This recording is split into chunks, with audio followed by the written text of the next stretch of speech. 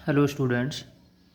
आज हम book start करने जा रहे हैं class sixth a pact with the सन।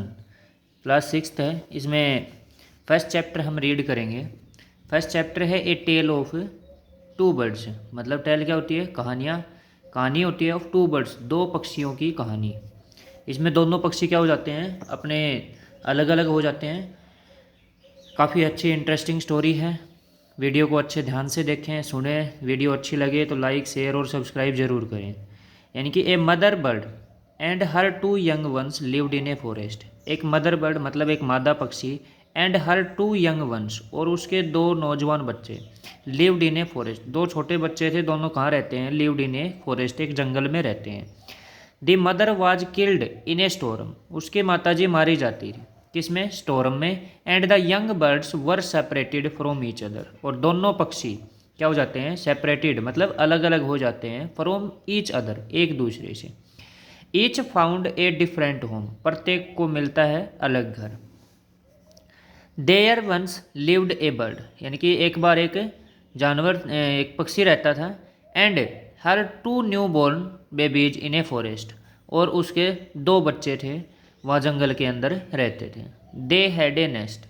वहाँ पे क्या था? एक घोंसला था। इन ए टाल, एक लंबे सैडी ट्री, छायादार पेड़। And the mother bird took care of her little ones day and night. और एक मादा पक्षी थी जो उनकी क्या करती है? देखभाल करती है डे एंड नाइट, दिन और रात। वन डे, एक दिन। There was a big storm. क्या होता है? एक बड़ा तूफान आता है। देयर वाज थंडर, काफ़ी गर्जनाहट होती है। लाइटिंग, बिजली चमकती है। एंड द रेन, और क्या होती है? बारिश होती है। And the wind blue down many trees. और जो हवा होती है वो गिरा देती है। ब्लू डाउन मैनी ट्रीज, काफ़ी पेड़ों को गिरा देती है। द टाल tree in which the birds lived also came down. यानी कि जो बड़ा पेड़ है, लंबा पेड़ है, इन विच द बर्ड्स लिव्ड, जहाँ पर वो पक्षी रहते थे, आल्सो कैम डाउन, वो भी गिर जाता है। A big heavy branch heat the nest. एक बड़ी शाखा क्या करती है? उस घोंसले से टकराती है। एंड किल्ड द बर्ड, और पक्षी को मार देती है। फॉर्चुनेटली, यानी कि सौभाग्य था उनका। फॉर द बेबी बर्ड्स, किनका? छोटे बच्चे था, जो छोटे पक्षी थे उनका। The strong wind blew them away to the other side of the forest. जो स्ट्रॉन्ग वाइंड थी, यानी कि काफ़ी तेज हवा चल रही थी। Them away to other side, उनको गिरा देती है दूसरी साइड में ऑफ द फॉरेस्ट, जंगल के दूसरे किनारे। One of them came down near a cave. एक गिरता है कहाँ पे? गुफा के पास।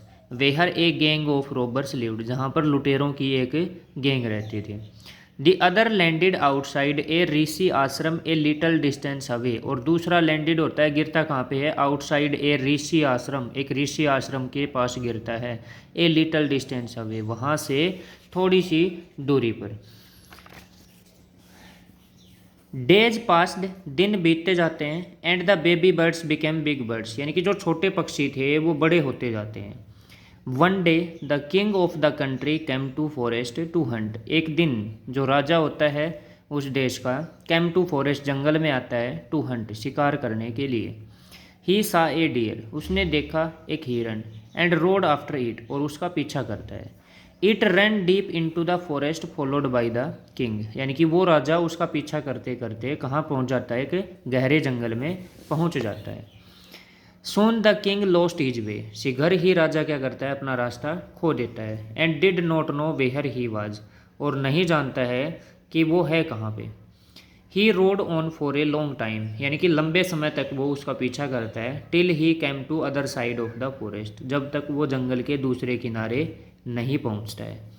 वेरी टायर्ड बाई नाउ, यानी कि काफ़ी थक जाने के बाद अब, ही गोट ऑफ हिज हॉर्स, वह अपने घोड़े को छोड़ता है। And set down under a tree, और बैठ जाता है एक पेड़ के नीचे। दैट स्टूड नियर ए केव, जो कहाँ पे खड़ा था? एक गुफा के पास। सडनली, अचानक से, he heard a voice cry out, यानी कि चिल्लाते हुए एक आवाज़ सुनता है। क्विक हरी अप, यानी कि जल्दी कीजिए, जल्दी कीजिए। There someone under the tree, यानी कि कोई ना कोई है उस पेड़ के नीचे। कैम, आइए। And take his jewels and his horse, उसका घोड़ा ले लीजिए, उसके गहने छीन लीजिए। हरी, जल्दी कीजिए। और else he will sleep away, otherwise वो क्या करेगा? यहाँ से स्लीप अवे, चला जाएगा।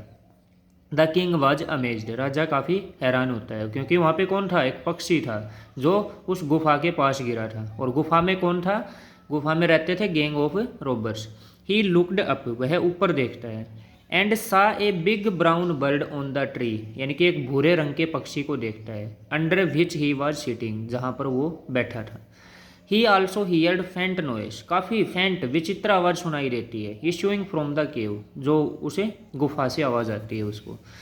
तो he quickly got on his to his horse, यानी कि अपने क्या होता है, घोड़े के ऊपर सवार होता है। And rode away as fast as he could, यानी कि जितना फास्ट उससे भागा जाता था उसको घोड़े को भगाता है और वहाँ से निकल जाता है। तो ये तो था इसका फर्स्ट पार्ट। अब सेकेंड पार्ट में देखो क्या है। द किंग वाज अमेज्ड, राजा हैरान होता है। To hear a similar voice again, यानी कि दोबारा से एक विचित्र आवाज़, इसी आवाज़ को सुनने के लिए।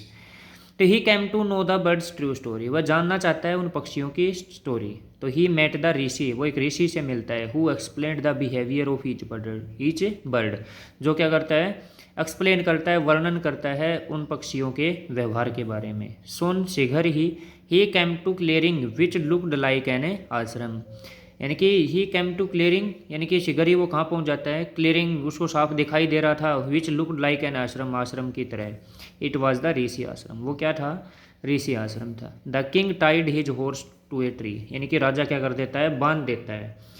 टाइड टू हिज हॉर्स, अपने घोड़े को, टू ए ट्री, एक पेड़ से। And set down on it side, और बैठ जाता है उसकी छाँव में। सडनली ही हियर्ड, अचानक से वह सुनता है, क्या सुनता है भाई वह, ए जेंटल वॉइस अनाउंस, यानी कि एक मधुर आवाज़ सुनाई देती है। वेलकम टू आश्रम सर, श्रीमान जी आपका स्वागत है आश्रम में। प्लीज़ गो इनसाइड, आप अंदर जाइए। एंड रेस्ट, और आराम कीजिए। The rishi will be back soon, ऋषि शीघ्र ही आते होंगे। There some cold water in the pot, मटके में ठंडा पानी है। Please make yourself comfortable, अपने आप को आरामदायक कीजिए, यानी कि आरामदायक समझिए यहाँ पे। द किंग लुकड अप, राजा ऊपर देखता है। एंड सा ए, और दिखाई देता है, big brown bird in the tree, पेड़ में वही भूरे रंग का पक्षी दिखाई देता है। ही वॉज अमेज्ड, वो हैरान होता है। This one look like the other bird outside the cave, वो पक्षी भी वैसा ही दिखाई दे रहा था जैसा उसने केव के पास देखा था। तो ही सैड टू हिमसेल्फ लाउडली, यानी कि जोर से अपने आप को ही बोलता है। यू आर राइट सर, तुम सही कह रहे हो श्रीमान जी। आंसवर्ड द बर्ड, उस पक्षी ने कहा। ही इज माई ब्रोदर, यानी कि वो क्या है, मेरा भाई है। But he was made friend with robbers, यानी कि उसने दोस्त बना लिए, किसको, रॉबर्स के साथ दोस्ती कर ली। He now talks as they do, यानी कि अब वो वही बोलता है जो वो करते हैं। तो he does not talk to me any more, he does not talk to me any more just then the rishi entered, यानी कि he does not talk to me any more, इससे ज़्यादा मेरे से बात नहीं होती है। तो just then the rishi entered to the ashram, तब वहाँ पे क्या होता है, ऋषि पहुँच जाता है उस आश्रम में। वेलकम सर, स्वागत है आपका श्रीमान जी। ही सैड, वह कहता है, टू द किंग, राजा को। कौन कहता है, ऋषि बोलता है। प्लीज कैम इनसाइड, यानी कि आप अंदर आइए।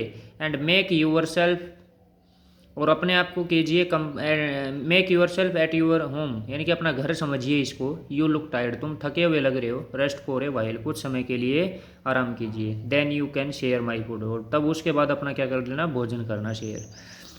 The king told the rishi the story of two birds and how each had behaved so differently, though they looked so alike. यानी कि राजा बताता है ऋषि को the story of two birds, दोनों पक्षियों की कहानी बताता है। हाउ ईच हैड बिहेव्ड, दोनों ने कैसा व्यवहार किया था। सो डिफरेंटली, अलग अलग व्यवहार किया गया। दो दे लुक्ड सो लाइक, लेकिन दोनों के दोनों एक जैसे दिखाई दे रहे हैं। The forest is full of surprises, यानी कि पूरा जंगल हैरान था। ही सैड, वह कहता है। दी होली मैन स्माइल्ड, यानी कि जो धार्मिक व्यक्ति था, मतलब जो ऋषि था, वो मुस्कुराता है। एंड सैड कहता है, आफ्टर ऑल, इसके बाद में, one is known by the company one keep, यानी कि हर कोई व्यक्ति किसी की एक की संगत की वजह से ही जाना जाता है।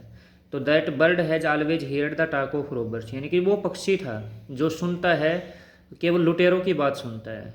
तो ही इमिटिएट देम, तब वो इमिटिएट करता है, इमिटिएट मतलब नकल करता है। And talk about robbing people, और बातचीत करता है उन लोगों को लूटने के लिए। This one has repeated what he always heard, यानी कि वह रिपीट करता रहता है जो उसको सुनाई देता है। तो ही वेलकम्स पीपल टू आश्रम, तो वह क्या करता है, स्वागत करता है आश्रम में लोगों का। Now come inside and rest, या अब अंदर आइए और आराम कीजिए। I will tell you more about this place, यानी कि मैं आपको और भी कुछ बताऊंगा इस स्थान के बारे में, एंड दीज बर्ड, और इन पक्षियों के बारे में। यानी कि ये थी अपनी स्टोरी काफ़ी इंटरेस्टिंग थी। मतलब इसने एक सीख भी दी हमें कि हमें जो संगत मिलती है उसका हमें प्रभाव होता है, कि हम अच्छे बच्चे की संगत लेते हैं तो हमारे अंदर काफ़ी अच्छे गुण आते हैं। अगर किसी बुरे बच्चे के साथ हम रहना शुरू करते हैं तो वो हमें पीछा धकेलना शुरू कर देते हैं। तो मतलब हमें अगर जीवन में सक्सेसफुल होना है तो हमें अच्छी संगत ही अचीव करनी पड़ेगी। Thank you.